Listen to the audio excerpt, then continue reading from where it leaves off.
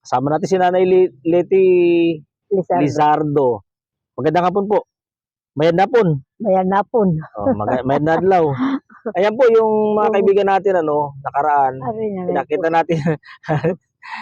Pinakita natin yung kalagayan ni Nanay Leti, yung kanyang bahay doon sa Purok Uno. Kaya nga ng mga nagkaran, bumagyo na Leti. Kumusta? Anong nangyari sa'yo doon? Ayun. Yan, lumipat ako sa ibang bahay. Kasi malakas yung bagyo, yung hangin. So, hindi naman siya nilipad, no? Hindi nilipad yung atip ng bahay mo. Nakuan lang, pinaipit ko sa kahoy. Pinaipit niya sa kahoy. Kaya, pag may malakas ang bagyo, ipaipit niyo sa kahoy. Yung atip na Liti. Oo, para magbagyo, malipad. Ilan taon ka na nga na Liti? Mag-80. Mag-80 po. Gawin natin 79 lang muna. Ayan. 79 pa lang siya.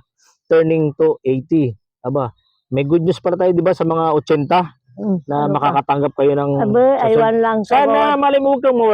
Laging positive tayo. Huwag kang negative. Dapat positive sa'yo.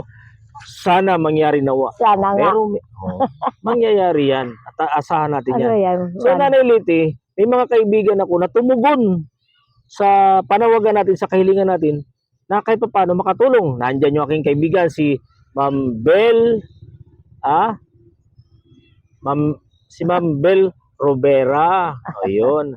Nandyan din yung aking kaibigan, si Ma'am Flora Martinez.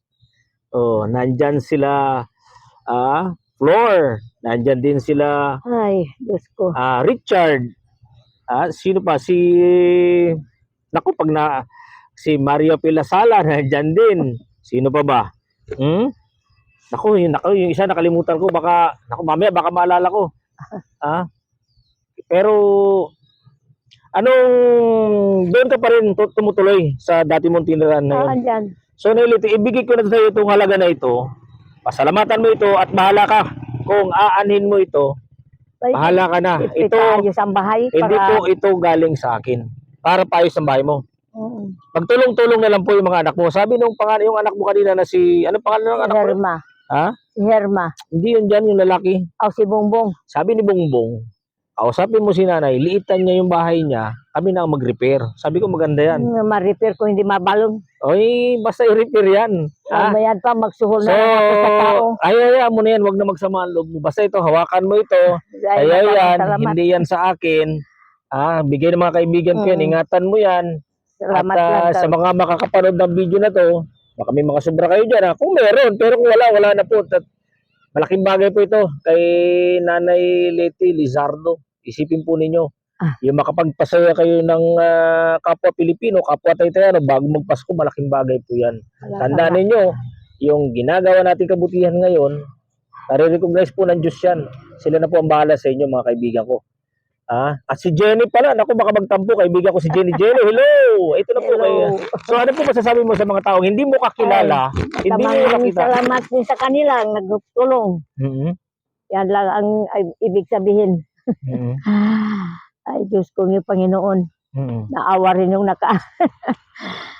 isa lang ako sa bahay. Bakit hindi kayo maghanap ng kasama? Tragis ka mo. Ayaw niya na.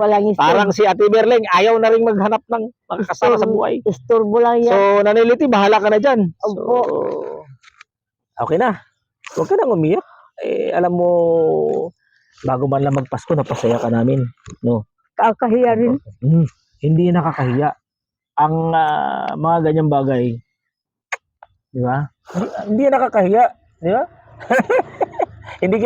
Hindi tayo nagkita dito para umiyak ka, Nanay Leti, ha?